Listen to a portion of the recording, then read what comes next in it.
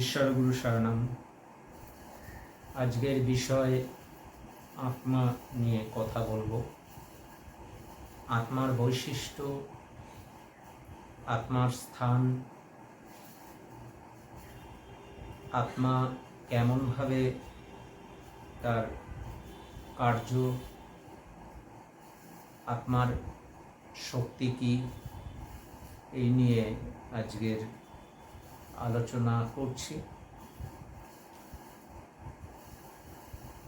সত্য ধর্মের মূল থেকে শুরু করে সত্যের বার্তা নিয়ে এসেছি।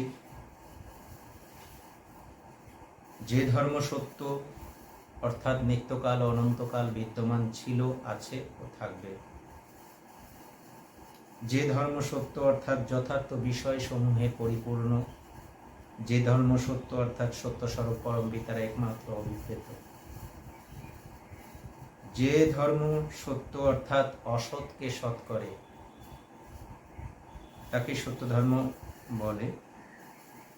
এই পথ কেহ দেখায়নি, দেখাবার কারো সাধ্য নেই। এই পথের লাভের উপায় একমাত্র গুণের অভ্যাস এবং গুণ সাধনা।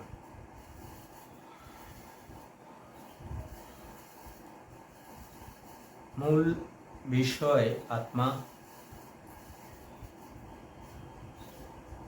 এই পঞ্চভূতের দেহ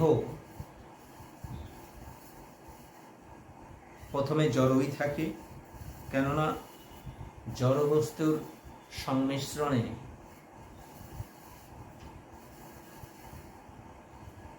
যতক্ষণ না পরিপূর্ণতা লাভ করবে, যেমন আমাদের শরীরে মাটি আছে, জল আছে, আগুন আছে, বায়ু আছে, বোম আছে, এই উপাদান দিয়েই, এই পঞ্চ উপাদান দিয়েই আমাদের দেহ তৈরি।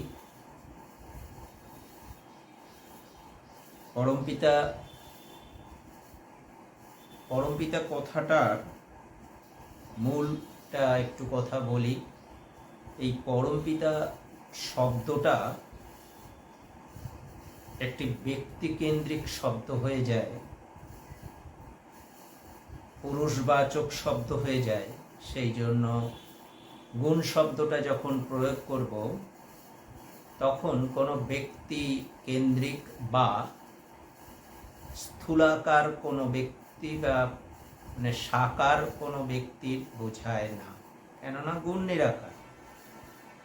যখন গুণ শব্দটা কোনো একটি শব্দ দিয়ে বোঝানোর চেষ্টা করতে গেলে, সেটাই যে পিতা শব্দ, মানে পিতা শব্দ এভাবে ব্যবহার না করে ঈশ্বর শব্দ ব্যবহার করলে তাও যেন ভাবগতভাবে পুরুষ হয়ে যায়। এখন বোঝানোর জন্য এই শব্দগুলো প্রয়োগ করা হয়েছে। অনন্ত অনন্ত গুণময় তিনি। ঈশ্বর কথার অর্থ হচ্ছে গুণ। শুধু গুণ বললেই ভালো হয়। গুণের সমষ্টি, গুণ নিরাকার, দৈর্ঘ্য নাই, প্রস্থ নাই, উচ্চতা নাই, ঘনত্ব নাই, কিন্তু গুণ আমরা বুঝতে পারি, অনুভব করতে পারি, গুণের শক্তি বুঝতে পারি। গুণটি কোমল না কঠোর সেটাও বুঝতে পারি। গুণের বৈশিষ্ট্য আমরা আলাদা আলাদাভাবে আমরা অনুধাবন করতে সমর্থ হই। এটা কেমন গুণ? প্রেম গুণটা কেমন? প্রেমের বৈশিষ্ট্য কি? একাগ্রতা গুণটি কেমন? তার বৈশিষ্ট্য কি? ভক্তি গুণটি কেমন? তার বৈশিষ্ট্য কি? দৈর্ঘ্য বলছি, তার বৈশিষ্ট্য কি? সত্য, এই যে গুণটির কথা বলছি, এই গুণটি কেমন? এই প্রতিটি গুণ বোঝার জন্য জ্ঞানের প্রয়োজন। এবার জ্ঞান অর্জনটা কেমন ভাবে করব, এই সত্য জানার জন্য, এই গুণের বৈশিষ্ট্য জানার জন্য, সেইগুলো বৈশিষ্ট্য খালি জেনে রাখলে তো হবে না। জানা একরকম, আর সেটা আয়ত্ত করা একরকম। যতক্ষণ না আয়ত্ত করতে সমর্থ হচ্ছে ততক্ষণ জানাটা জানাই হয়ে থাকবে, কিন্তু ওটা অন্তরস্থ বলতে যা বোঝায় তা হচ্ছে সেই গুণে গুণান্বিত হওয়া, সেই গুণে নিজেকে পারদর্শী তৈরি করা। এবার এই যে আত্মা, সেটাও একটি গুণ। যেমনি আমরা গুণ প্রেম, দয়া, ভক্তি, সরলতা, পবিত্রতা, করুণা, যে গুণের কথা বলছি, আত্মা ঠিক তেমনই গুণ। তার দৈর্ঘ্য নাই, প্রস্থ নাই, উচ্চতা নাই, ঘনত্ব নাই। এবার এই আত্মার বৈশিষ্ট্যটা কি? আত্মার বৈশিষ্ট্য হচ্ছে গুণ। তার বৈশিষ্ট্য, তার তৈরি হয়েছে গুণ দিয়ে। গুণের সমষ্টি সুপ্ত অবস্থায় আত্মা। অনন্ত অনন্ত অনন্ত গুণের সমষ্টি, তার কিঞ্চিত অংশ আত্মা। অনন্ত অনন্ত গুণময় তিনি এক। তা হতে অনন্ত অনন্ত অনন্ত গুণময় থেকে পৃথক পৃথক ভাবে এই আত্মা, এই আত্মার আবার নানান অবস্থা আছে। জীব জগৎ, উদ্ভিদ জগৎ, প্রাণী জগৎ যাই দেখতে পাই, জীব জগৎ আর উদ্ভিদ জগতের ভিতরে যে যে বৈশিষ্ট্যগুলো দেখতে পাই আলাদা আলাদা, সবারই আত্মা বিদ্যমান। আত্মা হচ্ছে চৈতন্য শক্তি, চেতনা। আত্মা যখন কোনো পঞ্চভূতের আবদ্ধে যখন চেতনারূপ শক্তি উদয় স্থিত থাকবে, উদয় বলছি, ওখান থেকে তিনি আলাদা করেছেন নিজেকে, মানে অনন্ত অনন্ত অনন্ত গুণ থেকে নিজেকে পৃথক করেছে এই সৃষ্টি। সেই সৃষ্টিরই কণা অংশ জীবজগৎ, প্রাণী জগৎ, এই যে উদ্ভিদ জগৎ, সবই। তাহলে সেই উদ্ভিদের ভিতরেও প্রাণ রয়েছে, মানে চেতনা শক্তি রয়েছে। আত্মার মূল বৈশিষ্ট্য হচ্ছে চেতনা শক্তি। এবার চেতনা তো আছে, কিন্তু আত্মার খাদ্য কি? গুণ। যতক্ষণ না ওই আত্মা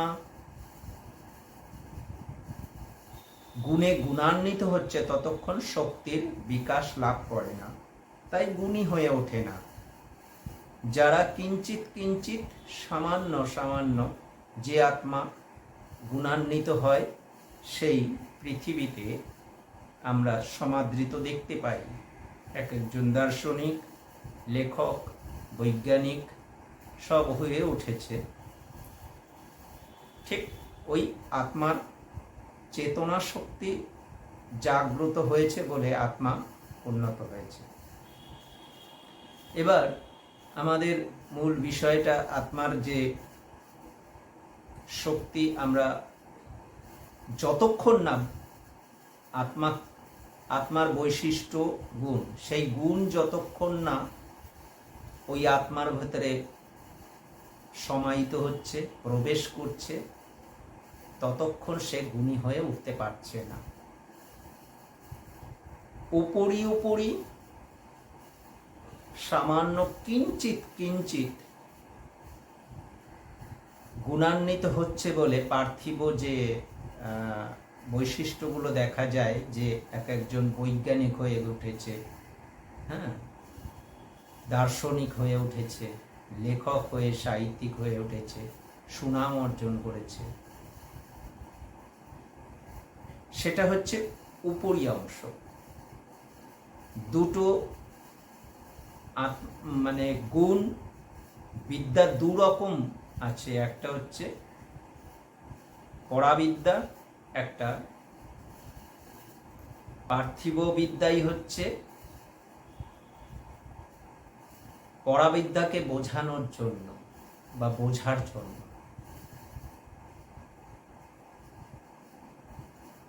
আমরা যে পার্থিব বিদ্যা নিয়ে গবেষণা করছি বা পড়াশোনা করছি বোঝার জন্য,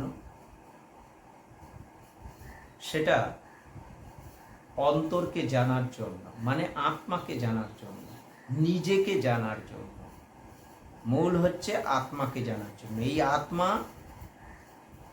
গুণ যতক্ষণ না প্রবেশ করছে, আত্মা ততক্ষণ সতেজ হয় না। তেমনি আধ্যাত্মবিদ্যা জানতে গেলে অপরাবিদ্যা হচ্ছে সহায়ক মাত্র। পরাবিদ্যাকে জানতে গেলে পরাবিদ্যা হচ্ছে গুণ আত্মায় প্রবেশ করানোই হচ্ছে পরাবিদ্যা।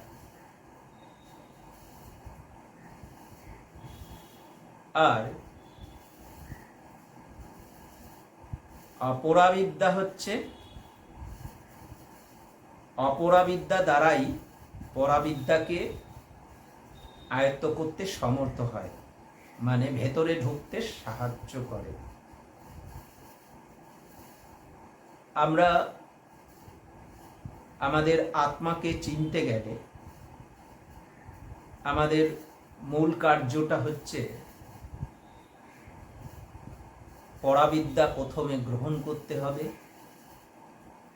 সত্যকে অবলম্বন করে পরাবিদ্যা গ্রহণ করে তারপর মানে অপরাবিদ্যা গ্রহণ করে তারপর পরাবিদ্যাকে আয়ত্ত করতে সমর্থ হতে পারব। যতক্ষণ না পরাবিদ্যাকে সমর্থন হতে না পারছি, পরাবিদ্যাকে আয়ত্ত করতে যতক্ষণ না পারছি, ততক্ষণ আমাদের আত্মা সতেজ হবে না।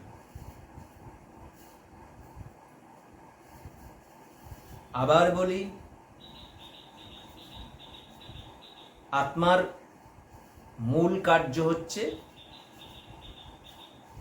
আত্মার শক্তি হচ্ছে গুণ।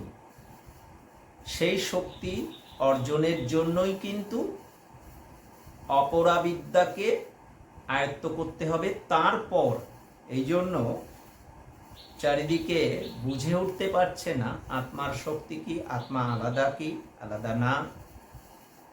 দেহ যতক্ষণ আছে ততক্ষণ মনে হয় দেহটাই হচ্ছে আত্মা, কিন্তু দেহ তো আত্মা নয়। যে দেহ যদি আত্মা হতো তাহলে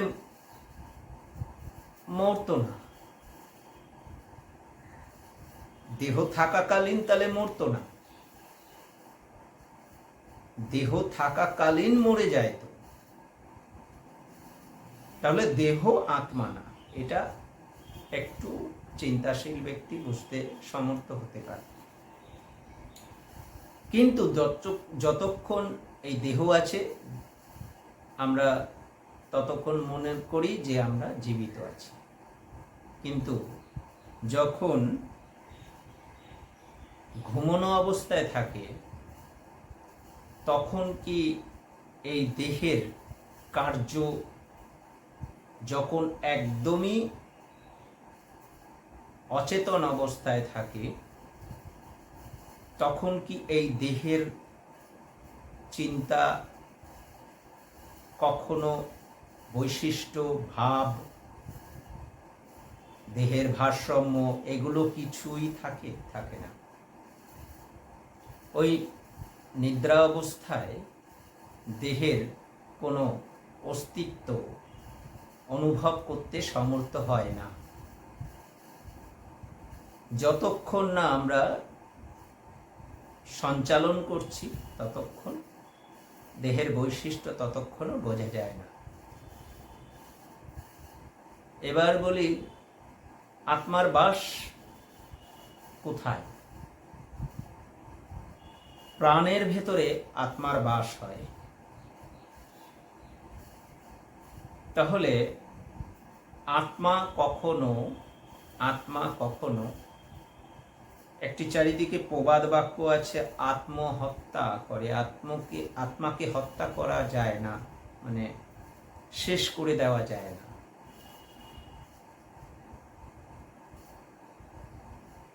আত্মার বাস হৃদয়ের ভেতরে প্রাণ কেন্দ্র আছে। সেই প্রাণ কেন্দ্রের মধ্যে আত্মার বাস। এই বিষয়ে পূর্বে একটি জানানো হয়েছে।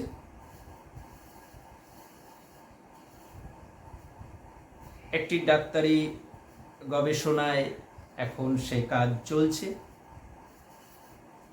একটু বোঝার একটু অবস্থায় সকলে একটু মনোনিবেশ সহকারে শোনে, তাহলে বিষয়টা বুঝতে পারবে।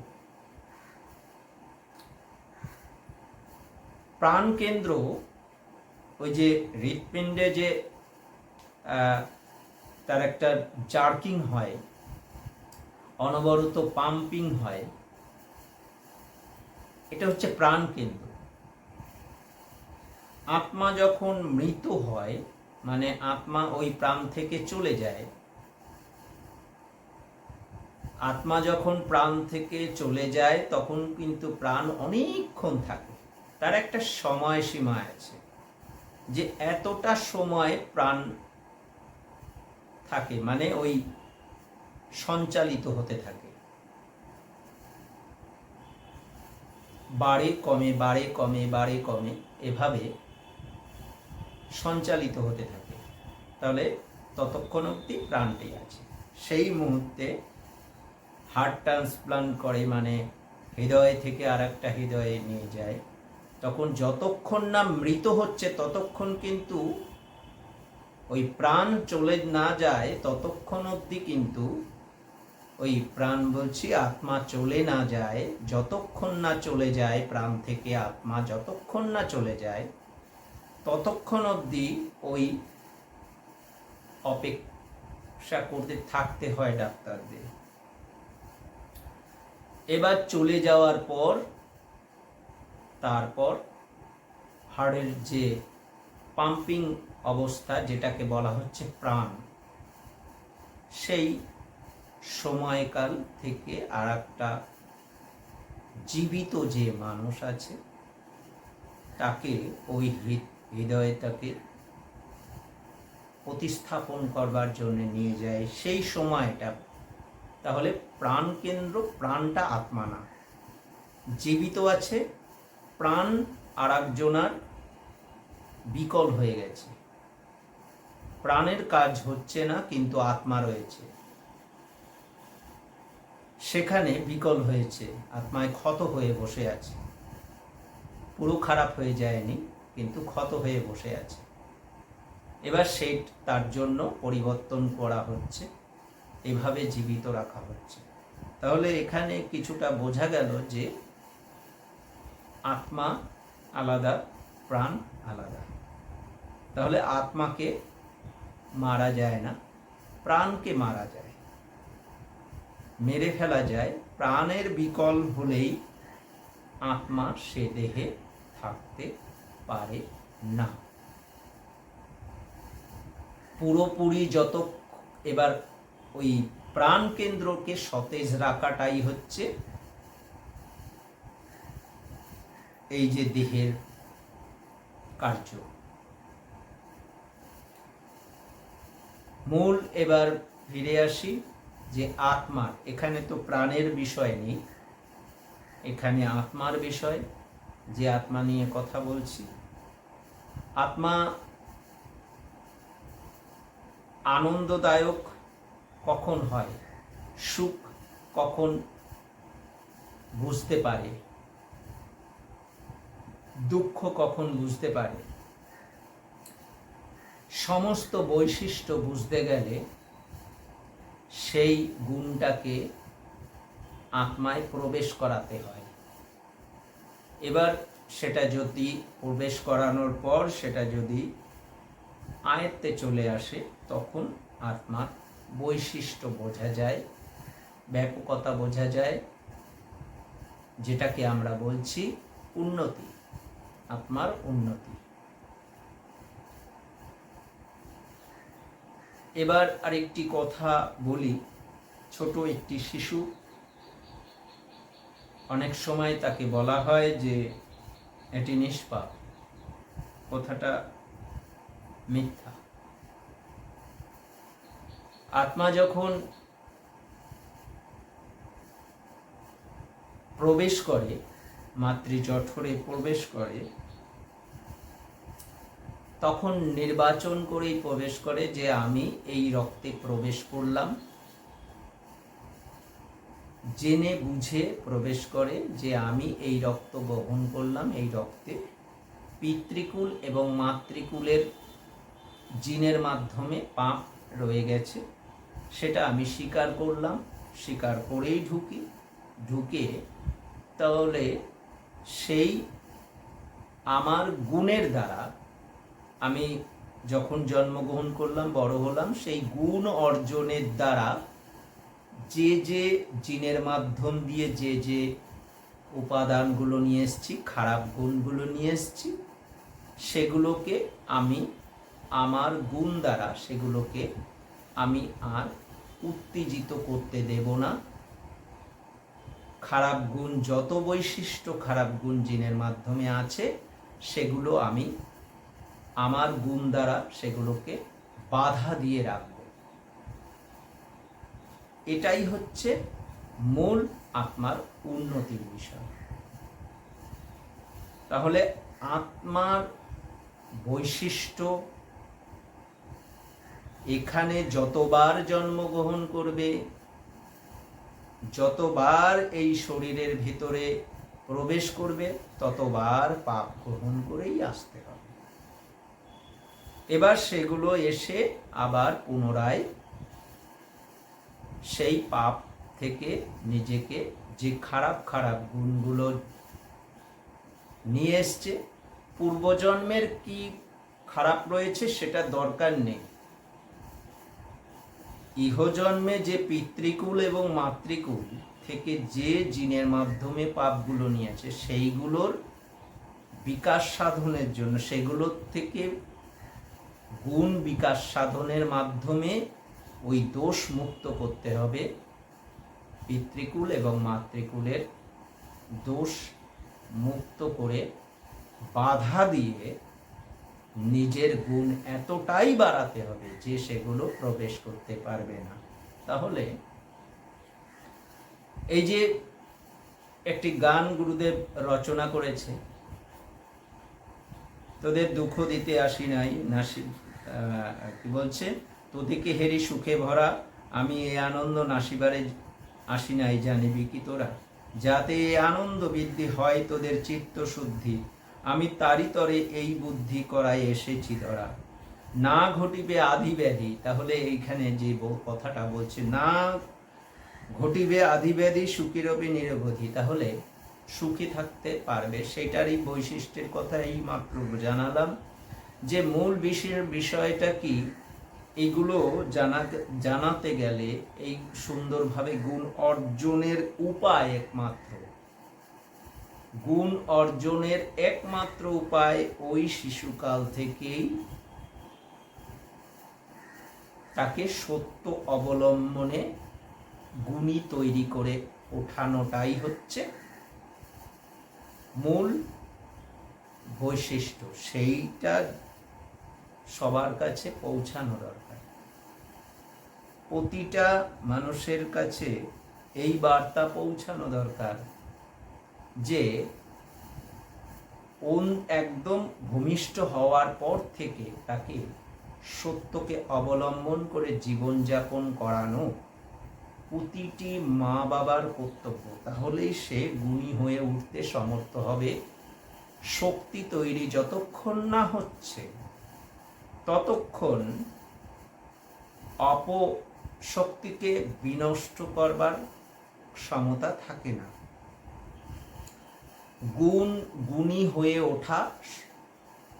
গুণী হয়ে ওঠাই শক্তিমানের কাজ।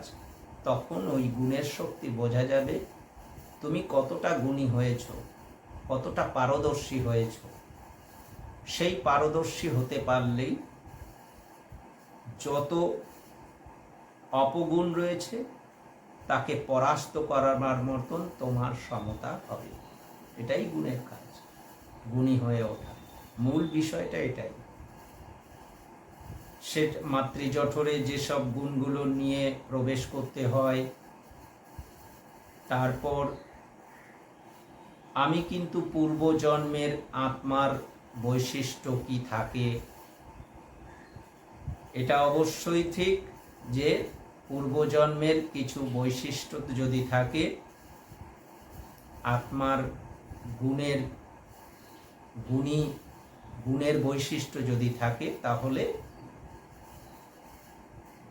পরবর্তীতে আত্মা সতেজ আকারে আরো কার্য করতে সমর্থ হয় যে জন্মে এসছে সেই জন্মে। তাহলে আরো সুবিধা হয়। মূল বিষয়টা আমাদের বোঝা উচিত যে আত্মার বৈশিষ্ট্য এবং আত্মার শক্তি ও গুণের বৃদ্ধিটাই হচ্ছে আত্মার শক্তি। যতক্ষণ না গুণ বৃদ্ধি করতে সমর্থ হচ্ছি ততক্ষণ আত্মার বৈশিষ্ট্য আমরা বুঝতে পারবো না, আত্মার শক্তি আমরা বুঝতে পারবো না। তাই প্রথমেই বলি যে গুণ বৃদ্ধির একমাত্র উপায় সত্য অবলম্বন করে জীবনযাপন করা এবং জ্ঞান অর্জন, সত্যের মাধ্যমে জ্ঞান অর্জন করতে পারলেই আত্মা পবিত্র করা যাবে। এই বলে আজকের বিষয় সমাপ্ত করলাম।